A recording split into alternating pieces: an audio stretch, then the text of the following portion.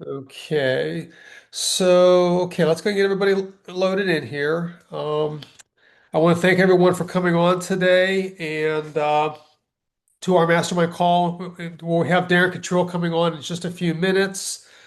He may actually be on, but I just want to go over a couple things with everybody before we get started.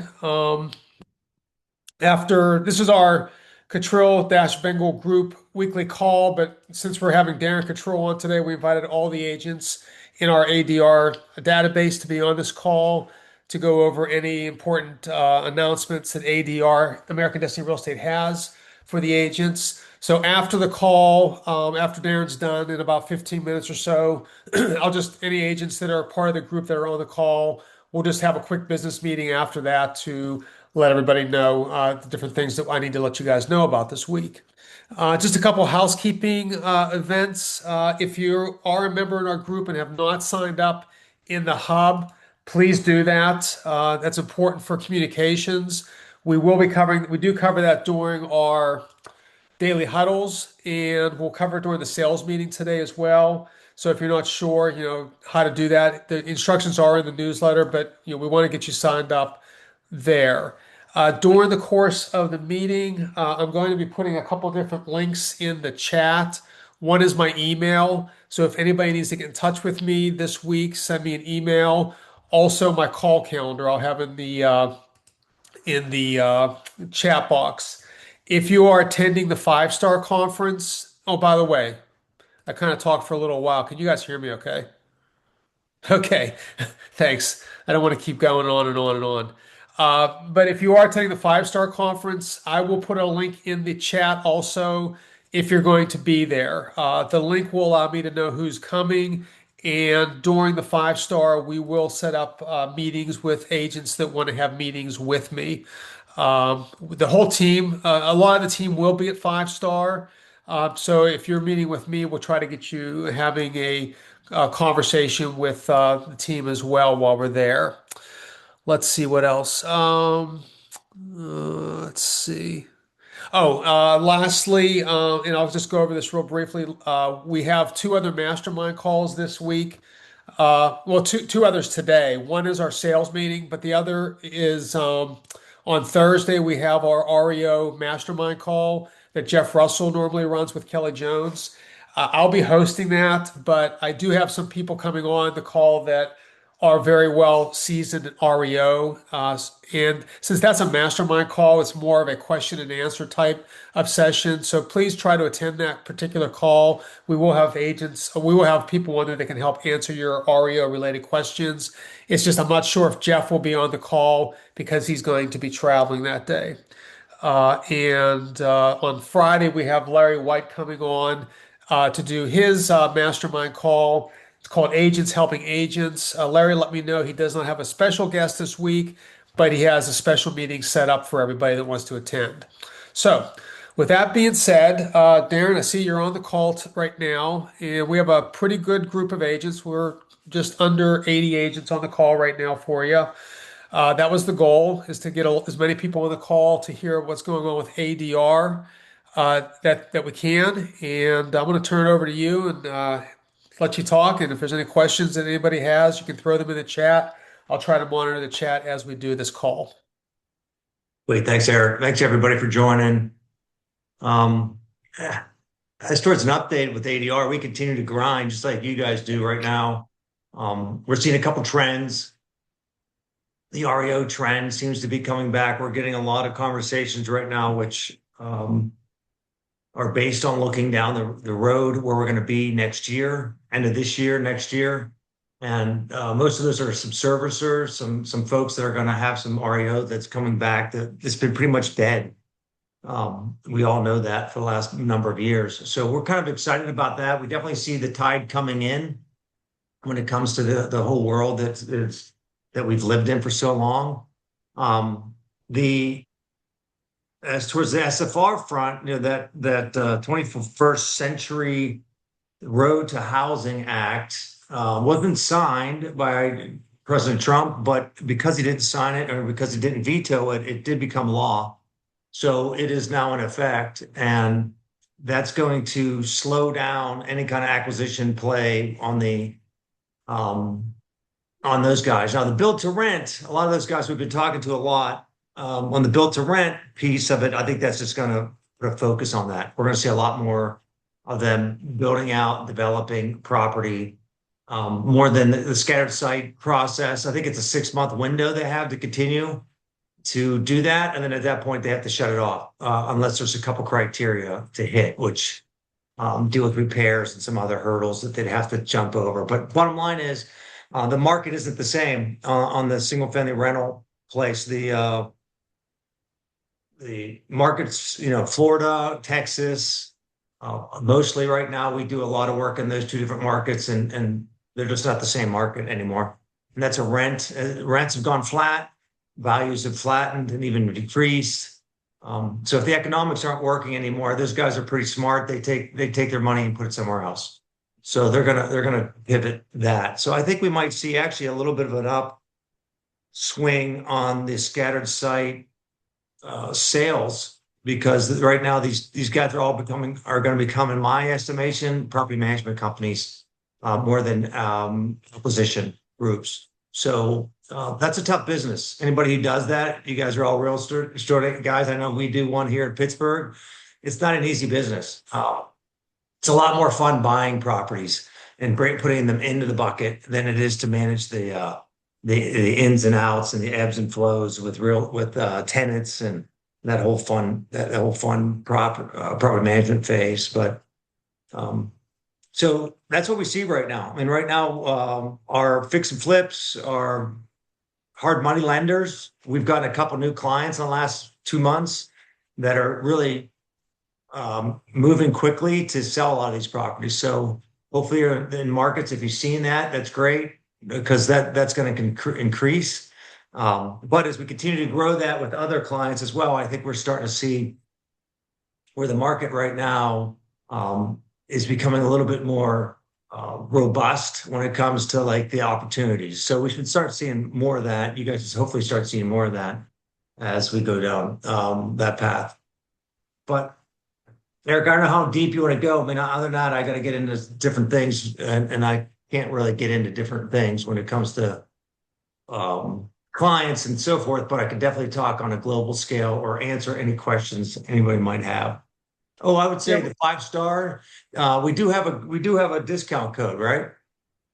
Yes, I'll put the discount code in the chat as well, and it's been in the newsletter over the last couple months. Yes. Also, if somebody's just can't find it or whatever, send me an email. I think I put my email in the chat already, but if not, I'll put it back in there. I've been trying to do that as we do. I'm not a great multitasker, so I'm doing the best I Yeah, for can. those of you what's a Velocity, you met Neil or got to see Neil. He was there. He'll be in Dallas. Tanya Willis will be in Dallas with us. Um, I think we might have one or two other folks join us.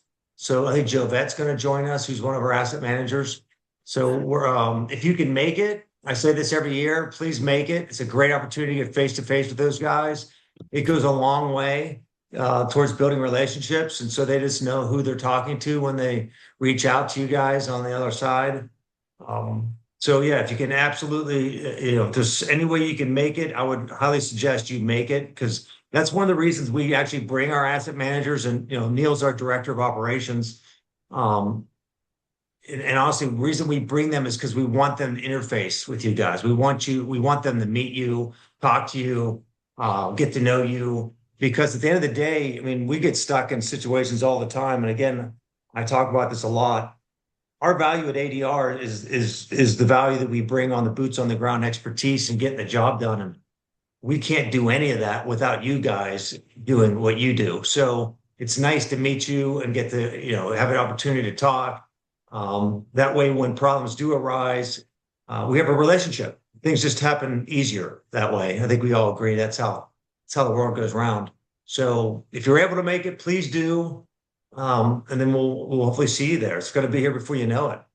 Time's flying, for God's sake. We're already halfway through 2026. Yeah, no, it's we're in middle of July already, and 5 stars. It's early this year. It's the first week of September, not the last. So I arrive on August 31st, which we're 6 weeks away, which is crazy. So I see Chris has a question, and that's a really good idea. If you have a question, there's in the chat in the bottom bar. There's a little heart button that says React. If you click React and click the raise hand, that works great. That way, I don't have to like figure out who's asking questions. And if you can ask a question, it's probably better than putting it in a chat. Just because, again, I'm not great at the Zoom calls. I run one a month or one a week, which is this call, and I've never had 92 people on a call before, so this is great. So, Chris, go ahead and ask your question. Yes, thanks. Good morning. I'm trying to decide about either going to the five-star conference or that REOX conference in November. Can you guys give me some more insight, feedback on, to how Yeah. kind of make that decision? I'm going to give you an answer you're not going to like probably, but I would go to both. You can. The ROX is kind of a newer group that we went to their first inaugural event. It actually was really good. Definitely a lot smaller than the five star, but you had a lot of the people that you want to be meeting with were there. So that was for their first, at least the first one we were involved in. I thought that was very impressive. So I definitely think REOX was really good. I would highly recommend it. Five stars is the old standard. And again, a lot of people are going to be there. Again, we purposely go there, Chris, to meet with agents and talk to them. So I highly recommend that as well. Again, if you can, if at all possible, I would try to go to both because it just gives you more opportunities to get face to face with the folks you want to be getting face to face with. Okay, thanks. Yep.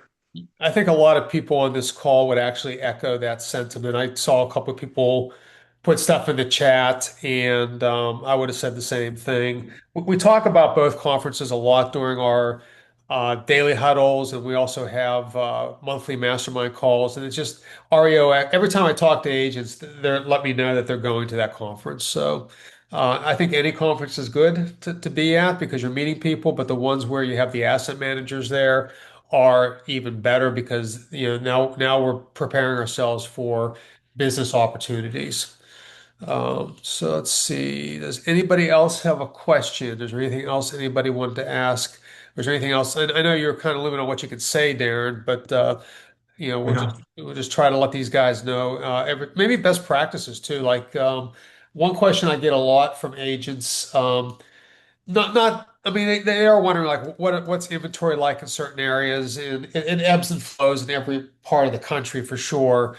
But are you seeing any hot spots? I guess is what I'm asking. And is there anything that the agents should be doing to prepare themselves for an asset if they would happen to get something? Honestly, the just make sure you're of course fully set up in all the platforms. I mean, we do actually jump into Acceleris from time to time, and we do work out of Acceleris. So if you're not in Acceleris, you probably want to get in there. That's mostly valuations and things like that. But if you can get if you get a BPO order, please take it because we do tie the value, the property once it does turn and sell to whomever did that valuation. So that's a big plus. I would definitely do that. Honestly, the bid on homes, we talked about a little bit about this, Eric, in the past. I mean, we know bid on homes, like any platform, is not perfect by any means. It definitely needs, if you need help with that, don't be afraid to ask. I mean, we know sometimes when we first got kicked off in bid on homes, this is years ago. I know someone that we actually had to walk them through how to do the valuation because it's just, again, it's not simple. You got to move the mouse around and figure out where to click. I mean, it's not perfect by any means, but they were telling us how it was taking them an inordinate amount of time to do a BPO, and that didn't make any sense. So, and once we did like a screen share and we walked them through it, we cut that down, down to 10% of the time it was taking them to get something done. So if you're finding you're getting snagged in the platform itself, the whole purpose of the platform is, of course, to keep everybody on the same page and keep things moving down that path of the process. But if you're getting a situation where you're finding difficulties with it, just let us know. We're happy. And honestly, those guys, Chris and Mark, are happy to jump on a screen share and walk you through how to do certain things and just to streamline it, make it a little bit easier for you. Yeah, we don't want to make it harder.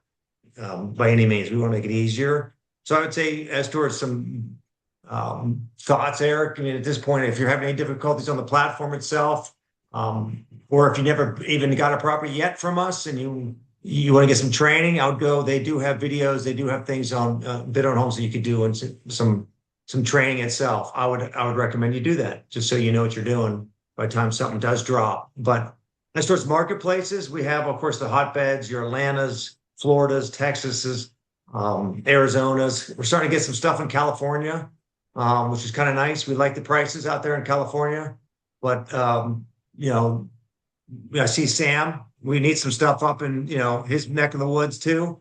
So we got stuff all over the place, and we really don't know. I mean, one of our newer clients is pretty big fix and flip lender, and they have stuff all over the place, absolutely all over the place. And so and those guys at this point work a lot with some bigger projects. I mean, we have somewhere around 180, for instance, properties coming in Baltimore any day now. So, and that was one investor that took out a loan to refurbish that many units.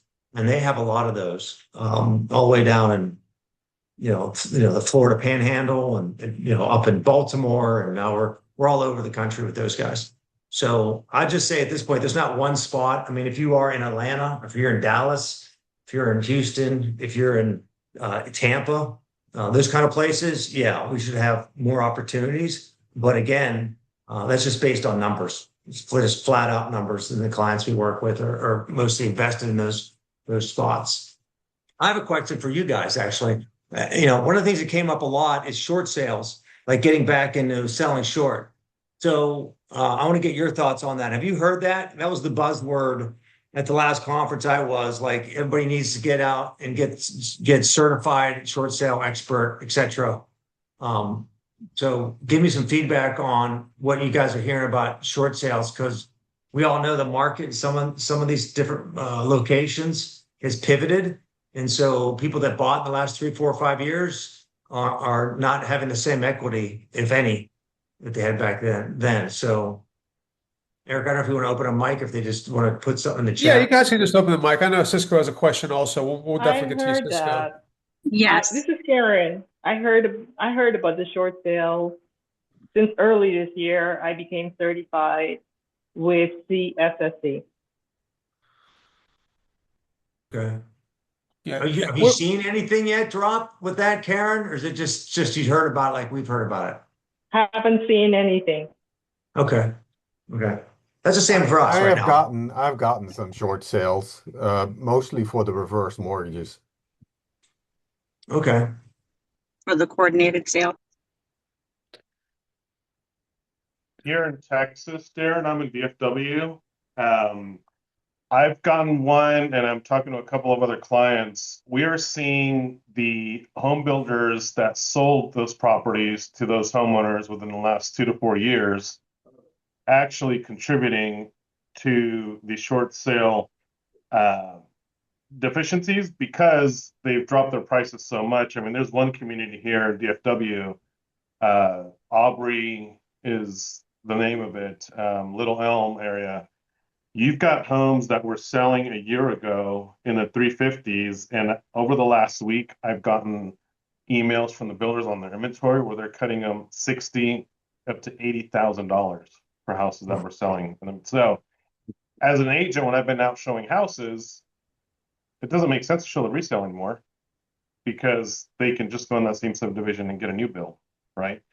So people that have to move, like the situation I have with someone right now, short sale's been going since December.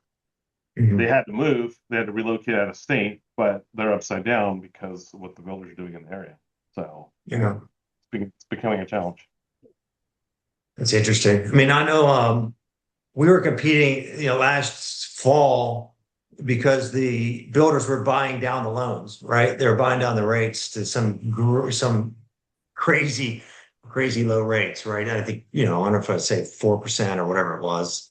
I think we were close to 7 at that point. So I think they were down at 4, maybe 5%. Maybe it was 5%. And that was costing them 20, 30 grand, to your point. So they're definitely And I used to be in that new construction side. They have a lot more room to work with. Which gives them a little bit more flexibility, and they don't make money unless they turn properties, right? It's like it's the turn and burn business. So you can see where they're motivated, which again puts that downward pressure on the resales. So no, that's good feedback. Anybody else? I would Darren, say, Darren, oh, I'm sorry. No, Debbie, all good. I would say here in I, Arizona, we're still seeing the same thing that, but instead of buying down the rate, it's more permanent in new home construction. So, it is a challenge for resale. Yeah. So it's a reset, right? I mean, in some of these marketplaces, we're definitely going through a reset. We're pricing at this point is re-leveling out. We're the market. I mean, that's how the market works. That's how it works, good and bad. Agreed.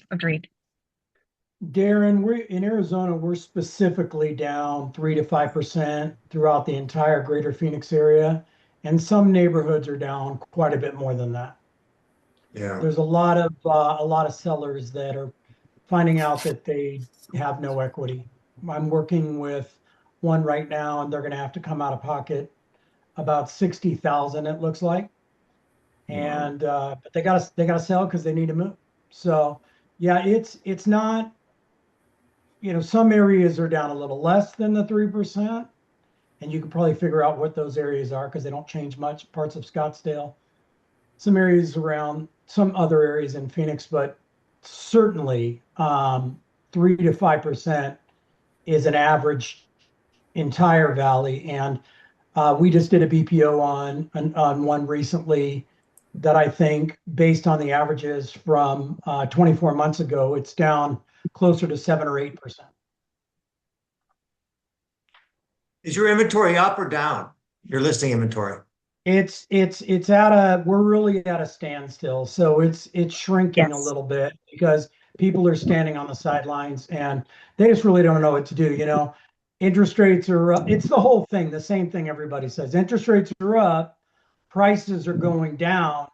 People are like, gosh, what do I do? We're stuck. It's a pickle. It's a pickle. And so, yeah, our inventory's down a little bit.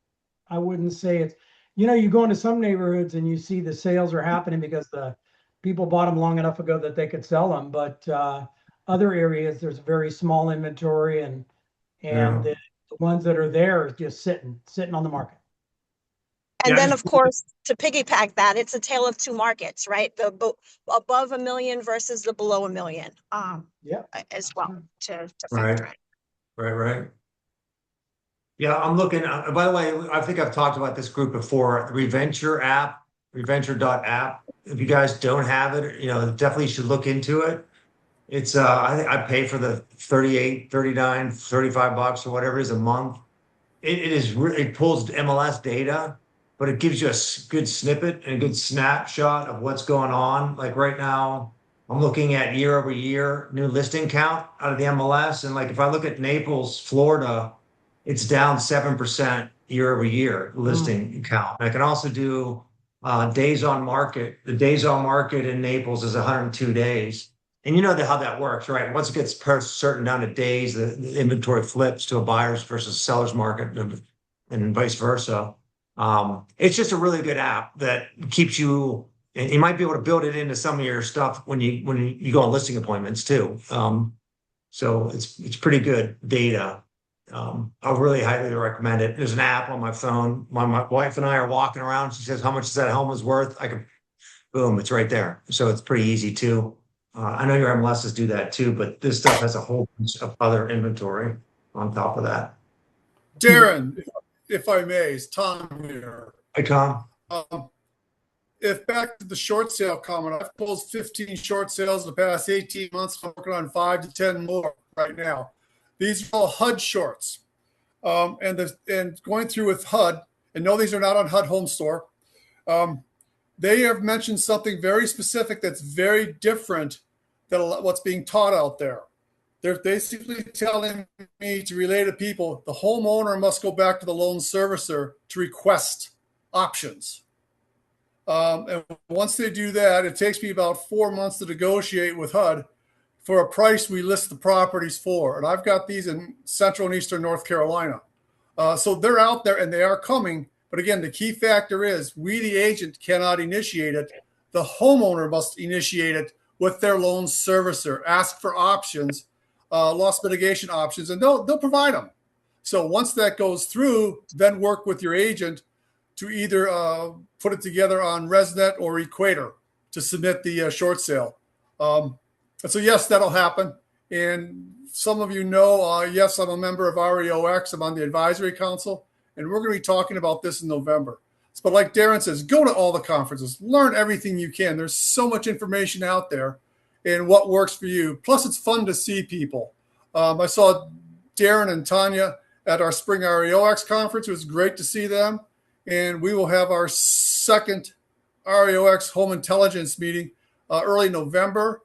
We have already about 350 members signed up for this event. We're expected to be well over 400. And we're doing a lot of work with attorneys directly too. So Darren, thank you for allowing me to say that. But yes, there's the inventory's out there. It's just hard work to get it and find it. No, good points, Tom. I mean, and again, that event was great, and we were glad to be a part of it. I think, Tanya, I think we already booked up for the next one, the one coming up in November, whenever it's coming. Yeah, we're looking forward to that too. The short sales, and to your point, I mean, we did a lot of the back office stuff for the servicers when this comes up. Of course, they don't want to build out a big department to go through a phase. To your point, there's a whole process to that as well, and you have to follow that. And the government did get involved because I'm old enough to remember when they didn't get involved and the servicers kind of just jerked the homeowners around, which I was one of them. So I went through it. So, the days of doing that are kind of over. You definitely have to have a process. The homeowner does have to initiate all that, those conversations, but there is a process to it, which is a lot better. And again, it's communication. You got to communicate. You got to tell your servicer, you got to tell whoever you write your check to anymore that, hey, I'm having trouble. And you got to get that conversation started. So very good points, Tom. Well, Hey, Darren, this is Trish at Metro Detroit area. I'm just looking at our MLS right now, and in the three main counties, there's 75 short sales, basically 25 per county. But the highest price is like 600,000. Most of them are in the 2s and 3s. Mhm. So that's not a lot. And every time I got a few of your properties, and between that and my regular listings, it's hard to put BPOs together because there's not enough to compare. That's, mostly what I've been seeing. The listings are definitely down and there's not much to pick from. Yeah, I'm looking at what am I checked on here? I think your percentages are down as towards your home sales growth. Detroit, that's down 5.2%. The other thing that I own a property management company. I have close to 200 we're managing for rent. The issue I've had the last couple of years with tenants, especially the East Side, Chrysler, the last 2 years, keeps laying everybody off. Like every few months, they do a layoff, then they bring them back. It affects the suppliers. And so I have tenants that I've been in and out of court several times with, more than I have in 30 years, just because they're in and out and it jacks up their income. What a vicious cycle that is for all parties involved, right? Mm-hmm. That sounds horrible. Well, hey, thanks for that very much. It's good. Well, I'm gonna jump in because I have a hard stop at noon that I need to get, and I didn't think this call would go this long. I didn't think I'd have this many people on, to be honest. But I appreciate everybody coming on today. Just a couple reminders: if you want to keep the conversation going about REO, we do have Thursday's call. Jeff Russell put in the chat earlier what time it was. I don't have that offhand. But if you're not sure, and it's not clear in the newsletter that we sent out, just send me an email. I'll throw I'll put my email in the chat one last time, although we'll be getting off the call pretty soon. And then I got a bunch, since we've been on the call, we got a bunch of people requesting that or letting me know that you're going to be at the 5-star. So I have that list, and just keep that coming. We'll make sure that we get that filled up. Okay, there's my email. And lastly, if you want to call with me, my calendar is a little bit limited over the next couple of weeks, but there are still a few times available. Just throw some time on my calendar. We'll have a quick conversation. If you want to go over your bid on homes, profile, all that stuff. I'll talk to Darren about doing this again next month before the 5 star. And then again, if you're going to be a 5 star, let's certainly have a conversation while we're there. Um, we won't have our Control-Bengal group meeting today because we ran out of time. But jump on tomorrow's daily huddle with Jeff and Kelly, and we can talk at that time. So I did record this also. This recording we'll put in the newsletter. So thanks for coming on, everybody. I appreciate it, and we'll talk to everybody soon. Thanks, Aaron. Thanks, everybody. We'll see you. Bye, everyone.